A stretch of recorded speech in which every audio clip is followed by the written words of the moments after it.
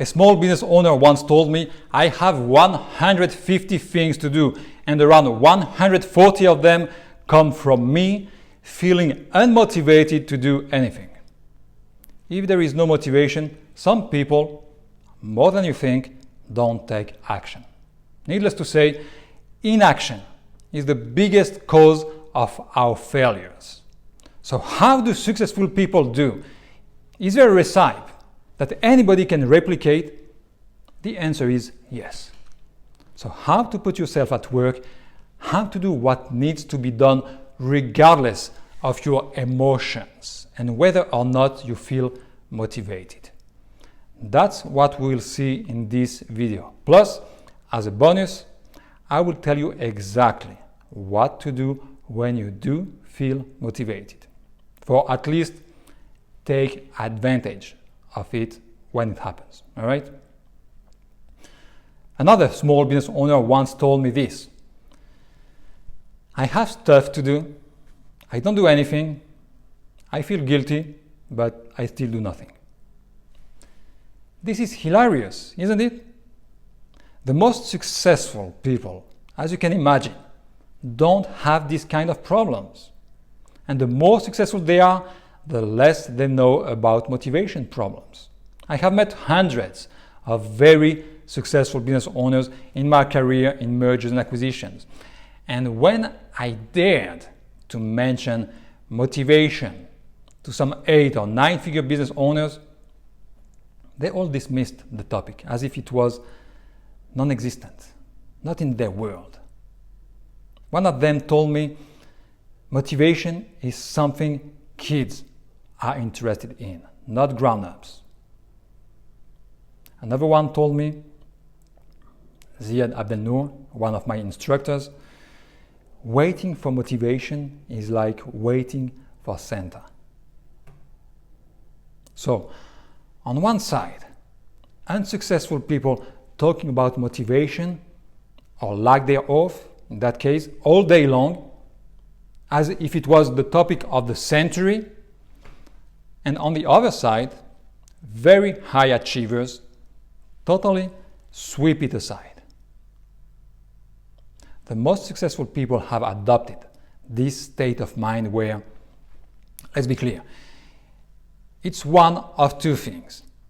Either they always feel motivated, unless they're on drugs, it's unlikely to happen, or most likely they choose to not subordinate their actions and schedules to their motivation, not to any kind of feelings. And as a result, they don't even take their feelings into account. There's something that needs to be done, all right? And we just do it. Now, how to change? How to be like that? How to become like that? Does it mean that somewhere along the way, pretty soon in their lives, successful people that are now running 8 and 9-figure companies had to change their state of minds to be able to go higher? And in this state of mind, there's no room for motivation problems? Exactly. It's not because they have 8 or 9-figure businesses to manage that they have become insensitive to motivation problems. It works the other way around. It's because they don't have motivation problems and never had that they were able to grow their 8 and 9-figure companies.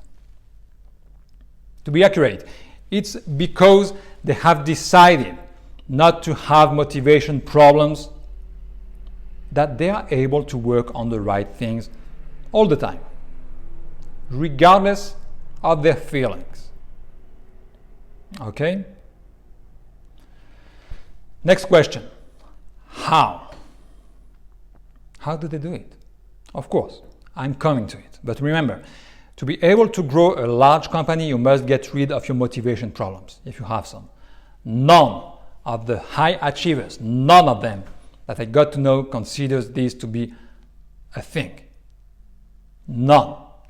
Out of dozens of them I have spoken with. So, first, change yourself. Then, change your company. One of them said it's a kid's problem. So grow yourself first, then grow your company. All right?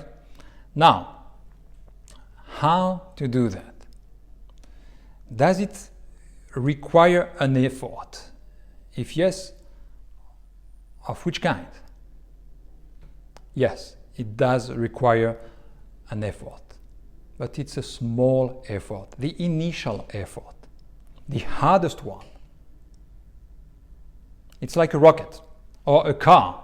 It consumes the most fuel to get from standing to motion. Once you reach your cruising speed, you don't need much energy to keep going. At the beginning, indeed, you feel like it's an effort. For some reason, you get no motivation. But you decide to make an effort and you start doing the work. Okay? Next day, still no motivation.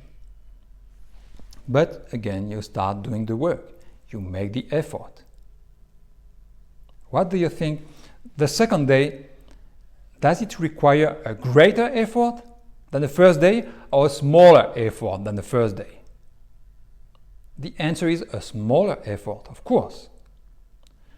Your brain has neural pathways that record your decisions, your actions, and so on. And when your brain deals with new decisions or new actions, it has to clear the path. Exactly like a field path. First time you walk on the grass, it's high. But when you take the same path over and over again, several times, you automatically clear the path so that every time it's easier. Okay? Your effort to work without motivation the third time will be minor. And then again the fourth time, because you have already done it 3 times, your brain records everything and it starts a new normality. You become a new you. That's how we change. It requires the initial effort. That's it. After a while, there's no effort anymore. It's just within you. How do you think people quit drinking, quit smoking, or quit overeating?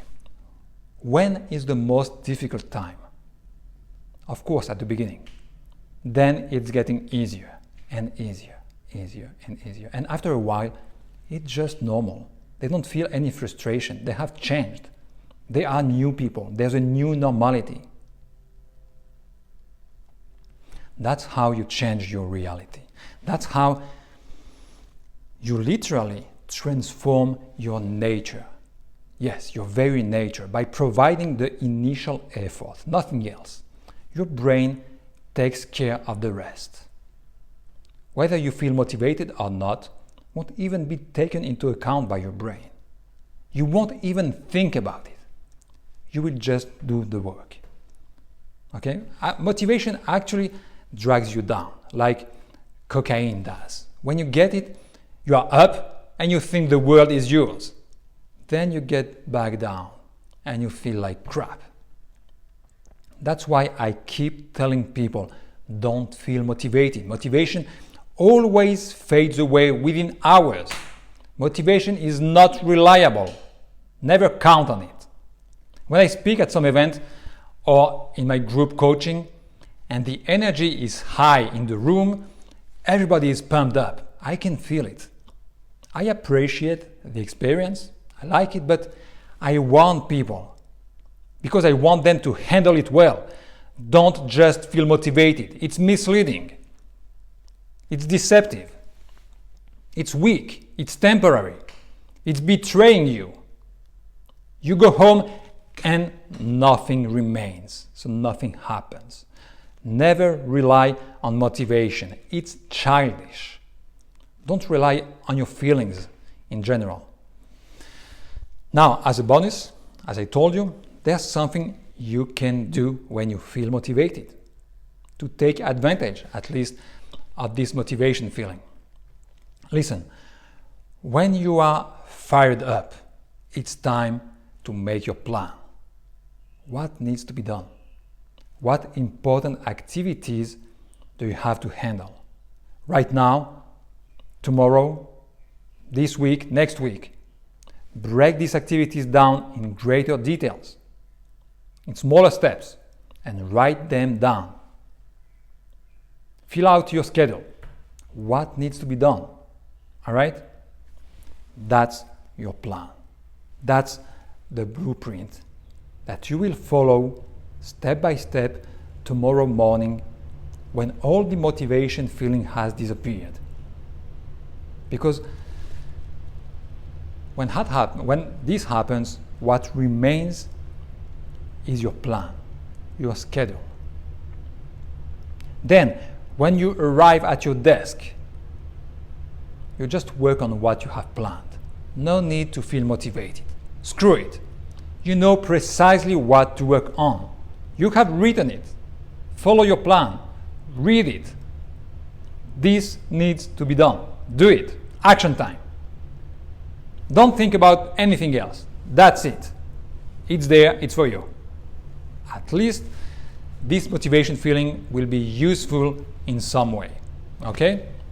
So remember, if you want to do the work when you don't feel like working, you just need to provide a small initial effort. This initial effort builds a stronger will, a stronger you, surprisingly fast. And once you are strong, life is easy. If you are weak and choose the easy way, life is difficult. And by the way, you know why it works this way? Do you know why it always works? Here's why. Motivation is a feeling. Your feelings come from your thoughts. You can't remove any thought, but you absolutely can replace your thought. By starting doing the work, you give your brain something to think about. You give your brain some new food, and in exchange for this new food, your brain sends you a new feeling in return: satisfaction. Deep satisfaction comes from doing what needs to be done. And this satisfaction feeling gives you more energy to continue the work. And then you have come full circle. Let me tell you something else. If you go on this path, once you spend the whole day following your plan, working on meaningful tasks, something almost magical happens. Once you have made a meaningful effort, you experience real joy, not only because you have produced some results, but because of the new perception that you have of yourself, of who you have become. Now go and try it. The initial effort. Just focus on this. The rest is automatically taken care of.